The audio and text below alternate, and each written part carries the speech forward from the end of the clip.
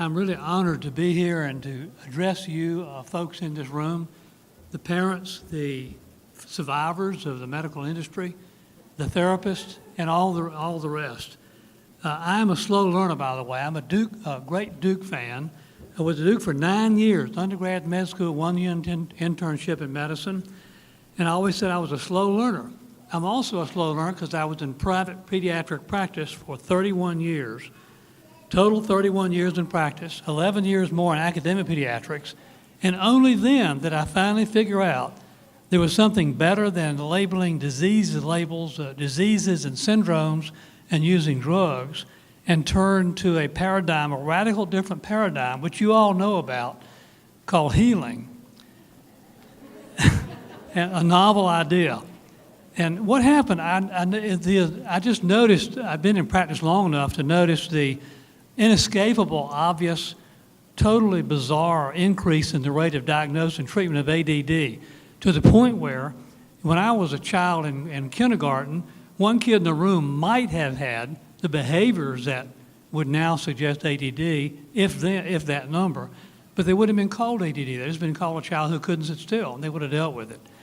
But in 2008, I co-authored a book with John Roseman. John had written 14 other best-selling parenting books.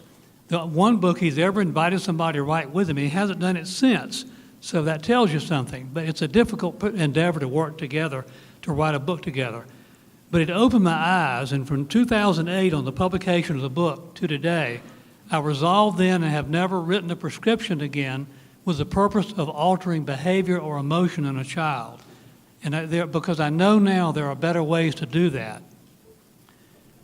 So I'm going to give you a little overview of what you already know in terms of concept, but frame it to encourage you and to, I hope, maybe even motivate further. And if I can learn all this after 41 years of a career and start a new career in November 2013, there's hope for any doctor you know if they can just be given material information to get them curious to start looking deeper.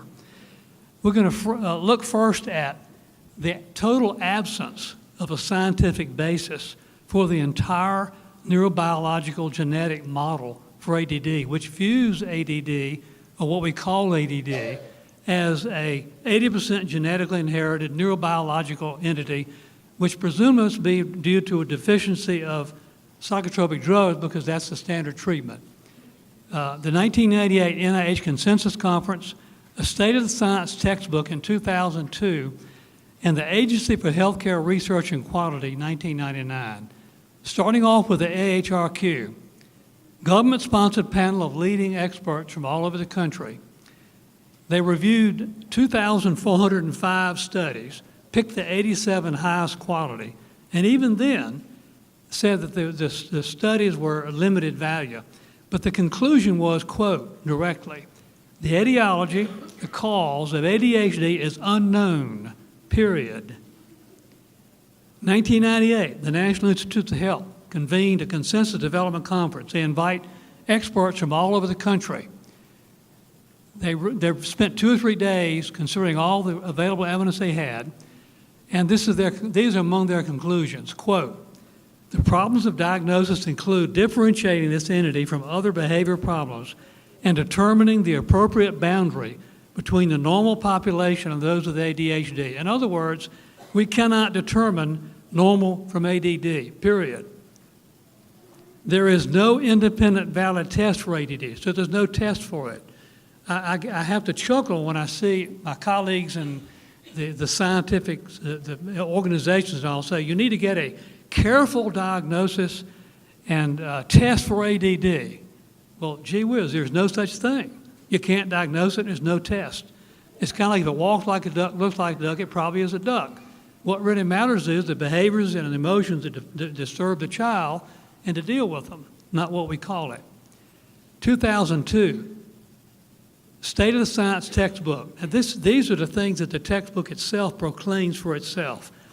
An up-to-date, state-of-the-art review of what is known concerning the disorder by the world's leading authorities. There is no evidence of a natural threshold between ADHD and normal. In other words, there is no way to, quote, diagnose it with a careful diagnosis. The assumption that ADD symptoms arise from cerebral malfunction has never been supported even after extensive investigations. William Carey, I've talked to him at great length since then on the phone, that he is a co-editor of the great textbook of the textbook for behavioral and developmental pediatrics.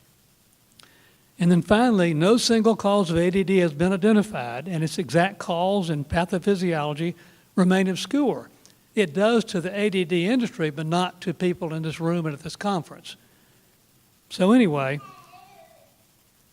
to move on, but then my colleagues and friends who still are mired in the system that I was stuck in for 41 years, welcome. Thank you. But don't the drugs work? I'm going to give you quickly a summary of the 5, in my view, the most compelling and important, credible sources that will belie the idea that the drugs working are very effective. Schachter, MTA study, Oregon-based practice center, UCLA study of finished teens, and the RAIN study in Australia. In 2001, Schachter and colleagues published a meta-analysis. That means it's a summary of all the published studies at the time. They picked, of 2,402 studies that they looked at, they picked 62 that were among the best, placebo-controlled, randomized trials. Even then, they commented that the study quality was poor, design was poor, no trial was longer than 28 weeks. There was a strong indication of publication bias, little effectiveness even for short-term improvement. That was in the Canadian Medical Association Journal in 2000, whatever it was. The MTA study, considered to be the single most compelling and supposedly gold standard study ever done in this country. Published in 1999, updated in 2004, and finally in 2007. It was widely proclaimed as a definitive study. Initial outcome data were in fact positive. The initial publication, after only a few years, showed significant behavioral gains, but they faded as they continued the outcome study. William Pelham was one of the designers of the study, a participant, and he actually, a direct quote from him later on in 2007 in BBC News, he said, quote, "There's no indication that medication is better than nothing in the long run." He was one of the designers of the study. And the FDA, he also said the MTA authors, quote, "exaggerated benefits."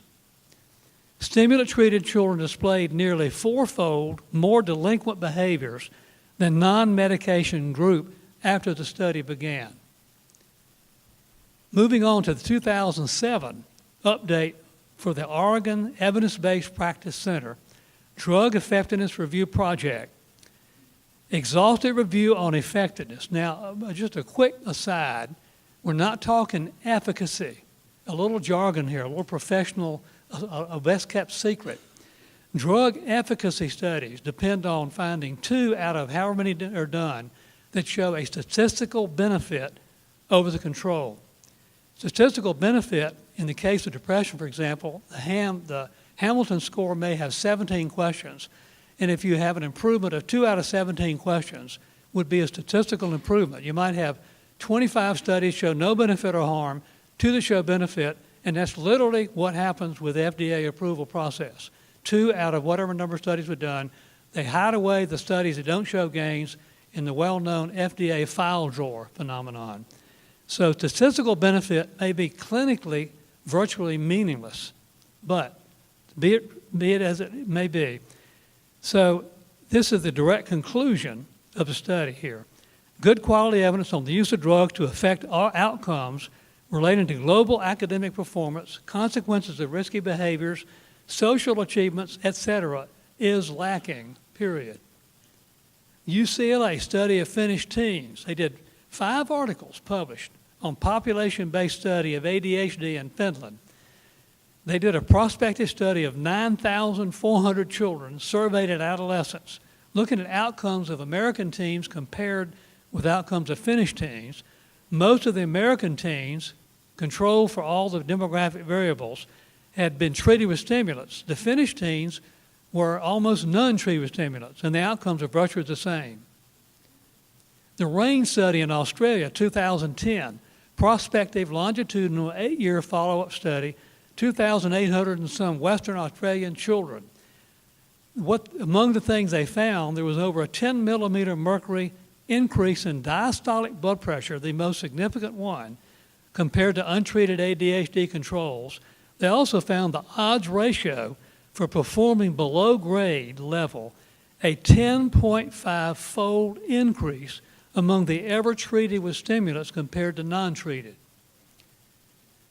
So that leads me to, in 2008, when John Roseman talked to me about writing a book together, which I agreed to do, by that time, it occurred to me that there were 5 things that struck me as having changed in the lives of children and child rearing in America compared to when I was a child and was reared by my parents in the 1940s.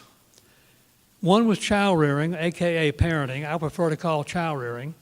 Electronic stimuli, nutritional and dietary practices, educational practices, and a toxic environment. I got looking at the research in all 5 areas. And by the way, if you go onto a website for what causes ADD, if you get the website sponsored by medical organization / with a little small at the bottom, a little thing that'll indicate a drug company sponsorship, there's literally a website that did that, and it said these are things that do not cause ADD. And they listed exactly what I'm going to talk about, which is exactly what does cause it. So, Dinah Baumann, we're going to look at these 5 classic studies. Dinah Baumann, longitudinal research, Albert Bandura, who wrote on self-efficacy and self-agency versus external agency, Roy Baumeister, who did tremendous research on self-esteem, Jan Strayhorn, research on self-control, and Anula published an article in Child Development on the impact of parenting. Dinah Baumann is a world-renowned researcher, PhD, in Berkeley, California. She did longitudinal prospective studies, unbelievably, over 30 years, followed up children for 30 years, and she correlated patterns of parenting or child rearing with outcomes. And what she found was the worst outcomes were permissive parenting. The best outcomes were authoritative parenting, which combined powerful love and powerful discipline. And then the intermediate group was the parents who had authoritarian parenting. And she found that child rearing in the authoritative mode gave the best outcomes. Albert Bandura moved to Stanford from Canada, did seminal research on social learning and antecedents of behavior, importance of self-efficacy versus external agency. In his classic study, 2-part, was self-efficacy, the exercise of control, in 1997. Self-esteem research, Roy Baumeister, and a little parenthetical aside, growing up as a professional, all my career, it seemed like there were thousands of articles about self-esteem. And the idea that self-esteem building as a primary objective might not be a good thing, when I first heard that, I literally thought it was absurd, because everybody knows that building self-esteem is critical. Well, it turns out that Roy Baumeister did studies, over 15,000 articles in the literature in 2003, and he found absolutely zero evidence of objective data that showed any benefit whatsoever from things that were designed specific to raise self-esteem in the absence of other qualities. He furthermore found that these primary efforts to raise self-esteem led to narcissism. And this is a direct quote: "A favorable view of self should be promoted on the basis of performing well and behaving morally." He then went on to describe how it is appropriate, and in fact, it is necessary sometimes to do things with children and raising children that are criticizing their behavior, because if you don't do that, they can't learn. Jan Strayhorn on self-control, the flip side of building self-esteem, of building self-control. There's a book on self-control that I found from the 1950s. It's fascinating. But Jan Strayhorn in the Journal of the American Academy of Child and Adolescent Psychiatry in 2002 published his research where they found that self-control is a psychological skill whose high development could potentially prevent or aid in the treatment of vast amounts of psychopathology. He went on and said self-control, he had 2 article series, Self-Control Toward a Systematic Training Program, second of 2 articles. And then in Child Development in 2005, the ANOLA group published research on a longitudinal study from kindergarten to 2nd grade of parenting style and problem behavior outcomes. What they found, findings included a significant impact on problem behavior from parenting style, and the authoritative parenting patterns, similar to the ones that Dinah Baumann talked about, were associated with the better outcomes. And equally importantly, they were able, through some experimental statistical design, to determine that the parenting style led to the behavioral outcomes. It was not a correlation, it was a causative relationship. Electronic media. We could spend the whole conference go on that. There's a lot of things here about the electronics and all the things. It's an amazing phenomenon. We don't have time to even begin to talk about it. But these are highlights of some of the published research in mainstream journals. A longitudinal study in pediatrics in 2004 by Christakis et al. They looked at television exposure from ages 1 to 3 and then later on at age 7, attention problems in those children. For every standard deviation increase in television watching at ages 1 and 3, it was followed by a 28% incidence increase of attention problems by age 7. Lantus et al., Pediatrics 2007, in the longitudinal study in New Zealand, 1,037 participants. Watching over 2 to 3 hours of TV daily in childhood led to an increased attention problem in adolescence. For every hour of TV watched, the odds ratio increased 43% for attention problems in adolescents. And it was controlled for baseline attention levels. So this is just yet more compelling evidence in mainstream journals. To pediatrics, again, the Journal of the American Academy of Pediatrics. TV and video games, a study by Swing et al., 2010. They did a 1,300 middle childhood and 210 late adolescent, early adult subject study. Significant association of television viewing and video game exposure to attention problems in childhood and adolescence. It was controlled for earlier attention problems and gender. The Grand Prix in Ritalin Nation in 1999 published his book, Early Life Exposure to Electronic Stimuli Leads to Sensory Addiction. And the individuals who had this happen, following prolonged exposure, the brain wiring literally changes to accommodate the stimulus. And in the absence of stimulation, the individual experiences poor concentration and impulsive behavior. And I'll never forget a child in my early career as a functional medicine, before I retired from mainstream pediatrics in 2013 to start healing instead of treating with medications. I had a child, the parent said the child was addicted to TV and computers, and went cold turkey, and it was hell to pay. For about a week, she said it was literally, the child was like demon possessed. And it's the only intervention we did. This child, within a month, became a completely transformed human being. His ADHD vanished, and his raging behaviors disappeared. Jane Healy is an educational psychologist, and formerly in the past was a very strong advocate of exposing children to early life education about computers, because we live in a computer world. You've heard of computer tots, by the way, a program for tots, for computers. She wrote a book, Endangered Minds, about television and failure to connect on computers. Educational psychologist, and she found from her research that there's a strong role of TV and computers to attention level and impulsivity. In fact, she recommends avoiding any exposure at all to any kind of computer before age 7 and restriction on television viewing. And now, of course, we have computers being introduced into schools in kindergarten. Electromagnetic frequency. You could have the entire conference on that. Don't have time to dwell on it. Cell phone, wireless exposure. An emerging concern as exposure to EMF continues to increase. Correlation, which is not a proof of causation, but with numerous factors, including concentration, cognitive function, powerful interest of post-critical analysis. And at this time I made the slide, the first book on earthing had come out. Since then, there have been a number of other ones. So earthing is simply one form of allowing the earth and the natural energies to be normalized in our bodies with powerful support.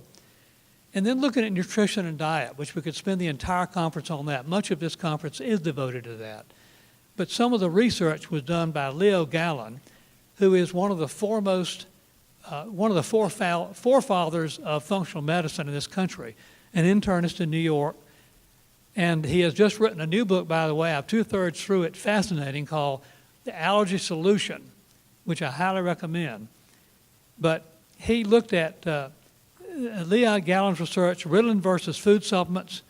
There's a study in a meta-analysis on food coloring in the Developmental Behavioral Pediatrics Journal, Lancet study in 2007, the Oxford Durham study in England, and the Swedish study. I'm going to go through those very quickly. Leo Gallen wrote his first book in 1989, Super Immunity for Kids. He has managed children with ADD for 25 years with nutritional and dietary approaches. And Laura Stevens is one of his devotees, and he worked with her, and she is here at this conference, and if she's in this room, I'd love to meet her, or if not, I hope to see her this week. I've read her book and used Laura Stevens' material with our patients in my practice at High Point. Leo Gallen has managed children well with low-processed carbs, supplements, minerals, omega-3, magnesium, zinc, and other nutrients. The study in Alternative Medicine Review on Ritalin compared to food supplements. Now, that's an interesting idea. They actually took a study and took 20 children ages 7 to 12 years with ADHD, diagnosed by a child psychologist. A careful diagnosis, remember? Can't help. The Ritalin group, there were 10, they gave Ritalin 5 to 15 milligrams 2 to 3 times a day. And the supplement group control comparison was given multiple vitamins, multiple minerals, phytonutrients, essential fatty acids, soy lecithin, probiotics, and amino acids. And I don't even know if it was GMO-free. But similar improvements were in both groups occurred, both the groups treating the drugs and the ones with the nutrients. Meta-analysis of food coloring, Developmental Behavioral Pediatrics, 2004, Columbia University and Harvard. 15 double-blind, placebo-controlled trials among 2,000 reference found from the research. And it supported the hypothesis that artificial food colorings promote hyperactivity in children. So they proved that what parents all know who have hyper children, that food coloring causes problems. Food additives and hyperactivity from the Lancet, the leading British journal, 2007. Community-based, double-blind, placebo-controlled challenge, commonly consumed food additives. This study, they looked at classroom and home ratings of behavior by teachers and parents. Adverse effects were found for food additives in causing hyperactivity in 3-year-olds and then in 8 and 9-year-olds when studied at that age. The Oxford Durham study, Alexa Richardson in Oxford, England, did a prospective study on 117 children with basically ADHD. It was called Developmental Discoordination Syndrome. Placebo versus omega-3 and positive omega-6 fatty acids. And she did a double-blind crossover halfway through control study. The average beneficial effect of the omega-3 on ADHD symptoms was 0.7 on a Condor's index of treatment over 6 months after treatment. This was compared with the Schachter meta-analysis on methylphenidate effect on ADHD of 0.78, only slightly higher, but that was at 4 weeks, and those gains faded. So the omega-3 alone, just among one thing of all the nutrients you can do, was as effective as drugs on the short term, on a longer term. Here's another study, Journal of Attention Disorders, March 2009, omega-3, omega-6 fatty acids, randomized placebo-controlled study. Once again, at 3 months, 26% of the patients responded with over 25% reduction in ADHD symptoms, and the CGI scale, a research norm scale, to near normal. At 6 months, 47% had showed this kind of improvement. Educational practices. Now that picture on the cover of Newsweek from some years ago, stacked to the top, the kindergarten is now first grade. Actually, I should say kindergarten. My kindergarten in 1944 would have been today's teachers tell me that I know well, veteran teachers tell me probably my kindergarten today would have been my second grade in 1946.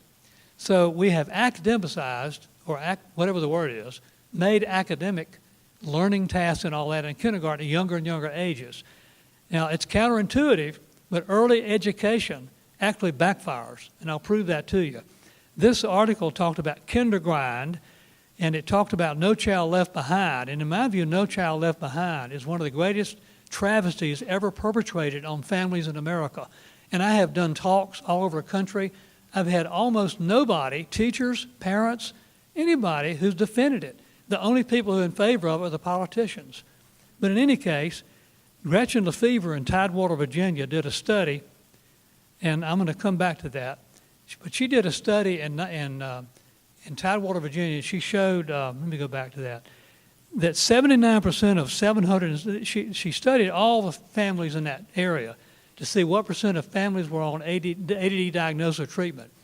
There were 770 young for age children, in other words, a year younger than their average for their grade. At that group, 79% were on ADD medicine. The National Association for Education of Young Children, NAEYC, in its position statement in 1995, now this is before it got bad, children entering kindergarten are now typically expected to be ready for what previously constituted the first grade curriculum. As a result, quote, more children are struggling and failing. So what is the response in the education world, in the political world, to that? Is to do it earlier, right? Which is what caused the problem in the first place. And then it gets worse again. So now we have more at 4. And my facetious comment at home, we're going to have P at 3 and do at 2, and I mean, who knows where it's headed. So we can't let children be children anymore. We have to do all these things to grow them up. And then we drug them when they don't behave the way we expect. Early academic instruction, Early Childhood Research and Practice, spring 2002, a research journal. 2 years of preschool prior to kindergarten, they studied children exposed to 3 levels of formal instruction, low, medium, and high. They did outcome data prospectively 4 and 6 years later to find out what the outcomes were. And there was an absolute direct correlation of exposure to formal instruction and outcomes. The best outcomes were after the least formal instruction. The worst outcomes, the best outcome was the least, and the worst outcomes were after the most formal instruction. So again, this is 2002. What we're doing now is we're putting earlier and earlier more and more academic-oriented things, which is causing more and more ADD, ADHD, which it's just a vicious cycle. It never ends. It's like a treadmill. The birth date and ADD diagnosis, another study, Journal of Health Economics, September 2010, they looked at children born in the 6th month after the state's kindergarten eligibility cutoff date and looked at ADD diagnosis rates. And basically what they found, as you see on the slides, that there was a good correlation, in essence, of the age of the child. The older the child, the lower the rate of diagnosis. The younger the child, the higher the rate. Once again, the same thing we've already known for 10, 12 years before that. So the information is there, but it's just ignored. Even yet another area of fascinating thing about dyslexia, Sam Blumenfeld and colleagues, some years ago, wrote compelling articles about the correlation of dyslexia with the early exposure to reading instruction. That is, whole language as opposed to phonics.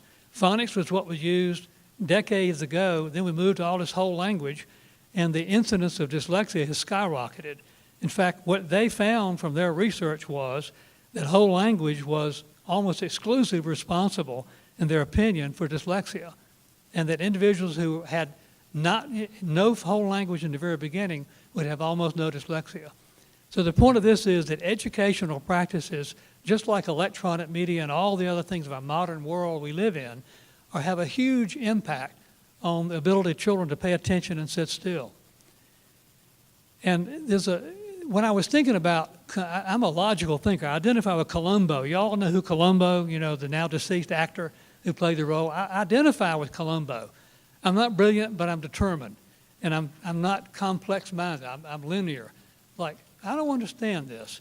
Well, I thought, what group of children in America might illustrate what would happen if they were raised by old-fashioned parenting, weren't exposed to electronics, ate organic food grown on their own property, didn't go to school till later, and old-fashioned teaching in school. And what group do you think I've identified? The Amish, right? Well, Dimitri Papoulos did a study. He went in Amish country and studied the Amish, looking for evidence about ADD, about genetics. He was doing a genetic study. What he found was that the Amish, it was unsolicited, he wasn't even looking for it, but he said there is no ADD among the Amish who still raise children like they used to. And then furthermore, an Indiana pediatrician, Charles Ruff, back some 8-10 years ago, published an article in Clinical Pediatrics, which was fascinating. I called him on the phone and talked to him since then, and he reaffirmed it. He said that he had 800 Amish families in his practice. Now, the average Amish family has a larger number of children. They have larger families than non-Amish, typically. So if we assume, he didn't know the total number of children, there were 800 families, but if we assume just 2 children per family, that would be 1,600 Amish children. He had never diagnosed ADD in a single one of them. And that's an astounding fact. And so this reinforced my budding then. This was 2005, 3 years before I wrote the last prescription for ADD that I would ever write. Nutrition, diet, electronic exposure. I'm going to share with you now examples of children I started working with. The first 3 are individuals I worked with for the 2-year period, still in my mainstream pediatric practice, as I increasingly was drawn to the concept of healing, but only tried it sort of experimentally on a few select children when I felt the parents were willing to make the commitment and the lifestyle change. This was an 11-year-old boy who was homeschooled, problems with reading, DSM attention items 9 out of 9 for ADD inattentive. I put him on a carbohydrate restriction, omega-3 supplement, restriction of electronics. 2 months later, marked improvement, repeat DSM questions, virtually completely normal. Case study TP. Age 3 on, daycare teachers raising questions of ADHD. By the way, 2- and 3-year-old children are normally ADHD. It is normal behavior for a 2-year-old. So if any teachers don't know that, they need to learn it. The DSM criteria for this child, who was in 2nd grade, ADHD and oppositional defiant disorder, heavy electronic exposure history. I did parent coaching, authoritative parenting, electronic restriction, and dramatic improvement at home and school. By 6 weeks, the DSM repeat questionnaire was completely normalized. His ADHD was completely, quote, cured. 3-year follow-up, his gains were maintained, in contrast to gains with drugs, I might add. This is another patient that I worked with, a 3rd grade boy, behavior problems in age 3 on, treated for ADHD, 2nd grade, series of drugs and doses, medication for sleep. So you know the scenario. One drug, then another, then another, then another drug to counteract the effects of that one, and so on. He had ADHD criteria, home and school, ODD and anxiety. Teacher warned against stopping treatment. Medication were stopped, parent coaching, dramatic improvement within 2 weeks. Follow-up DSM was completely normal 1 month later. Teacher input was amazing, keep it up. At 3-year follow-up, he was a model student. Had he not come in and sought another way, I would guess that this individual would probably still be on a multitude of drugs and God knows how many physical and other complications of the drugs. This is a 6th grader, age 11, diagnosed with ADHD, depression, anxiety, treated with Adderall, Zoloft, Zinsertera and Zoloft, major behavior, sleep problems, academic near failure, poor peer relations, withdrawn over three months from all drugs, parenting, electronic stimuli restriction, nutritional dietary intervention. April 2006, 2 A's, 6 B's, 1 C, sleeping well, and follow-up a year later, doing well. 2008, 3 A's, 2 B's, doing well, motivated. 11th grade, drug-free, doing well. This patient here in November 2013 was one of the first patients on the first week I launched a crazy, improbable idea of starting a new career at age 74 in November 2013, a 9.5-year-old female on Zantac for 7 years, stimulant treatment for ADD for 5 years. Fall of 2012, had been evaluated by a pediatric gastroenterologist at a regional academic center for GI problems. Celiac was, quote, ruled out with a blood test. Treatment was continued with Zantac. The history included 8 symptoms suggesting gluten sensitivity, 16 symptoms suggesting Candida sensitivity, as per William Crook's book, The Allergy and Asthma Cure. And the clinical impression was gluten sensitivity and Candida yeast overgrowth. The evaluation, Cyrex Lab. Raise your hand if you're familiar with Cyrex Lab. I'm just curious. Cyrex Lab is the only lab that does a battery of gluten-related tests. They have about 17 epitopes or derivatives of gluten. In contrast to the standard celiac screen, which this child had done by the GI doctors. And the standard celiac screen, I would estimate, will miss 75% of people with celiac disease. It'll miss 90% of people with gluten sensitivity. But the Cyrex Array 3, this child, again, had negative, quote, celiac screen, which is only 2 antibodies I look for. He had 6 gluten-related epitomes, including wheat germ agglutinin, which is not a technical gluten derivative, but it crosses the blood-brain barrier, and it's equally important. Cyrex includes the wheat germ agglutinin. And he had 6 of those, in my view, consistent with celiac disease. The gastroenterologist assertion he didn't have it notwithstanding. He also he had a food panel showing reactivity to egg, dairy, and gluten. So, of course, he was put on a gluten-free, casein-free, egg-free diet, which the gastroenterologist had told the mother would do no good if she tried it. And within, the outcome in a minute, digestive enzymes, probiotics, antifungal, herbal products, vitamin D, weaned off Zantac and Concerta. Full implementation by January 2014. 2 months later, 60 days later, he was off all drugs. The teacher was not informed.